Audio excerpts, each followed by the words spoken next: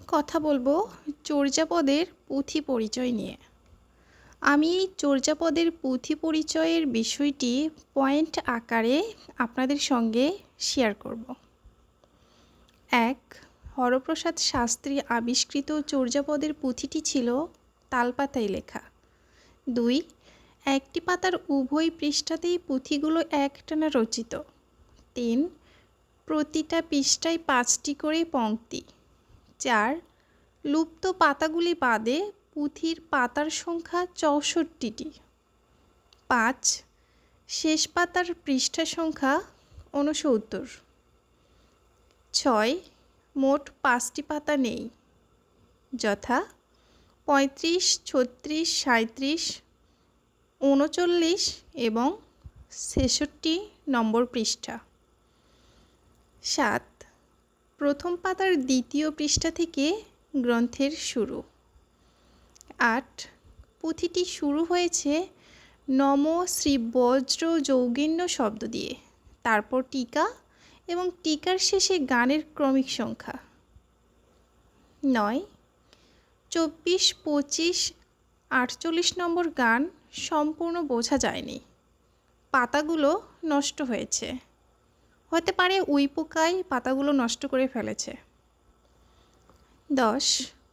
চর্যাপদের একমাত্র মহিলা কবি ছিলেন যিনি কুক্কুরিপা। 11. 23 নম্বর পদ রচয়িতা ভুসুকুপা। এই পদের প্রথম 6 লাইন পাওয়া যায় এবং পরের লাইনগুলো পাওয়া যায়নি। 12. লারিডম্বিপা কবির কোনো পদ পাওয়া যায়নি, শুধু 11 এবং 12 নং পদের মাঝখানে তার নাম পাওয়া গিয়েছে। 13. চর্যাপদের লাইনগুলো সাধারণত 10 থেকে 15 হয়ে থাকে। 14. চর্যাপদ মাত্রাবৃত্ত ছন্দে রচিত। 15. মোট প্রবাদ বাক্য পাওয়া যায় 6টি। 16. ডক্টর শহীদুল্লাহর মতে মোট কবিতা 50 এবং মোট কবি 23। 17. ডক্টর সুকুমার সেনের মতে মোট কবিতা 51 এবং কবি সংখ্যা 24 জন। 18. প্রথম টিকাকার হলেন মণি দত্ত, যিনি সংস্কৃত ভাষায় টিকাটি রচনা করেন। 19. বর্তমান প্রচলিত চর্যাপদের বইয়ে পদ আছে 46টি। 20.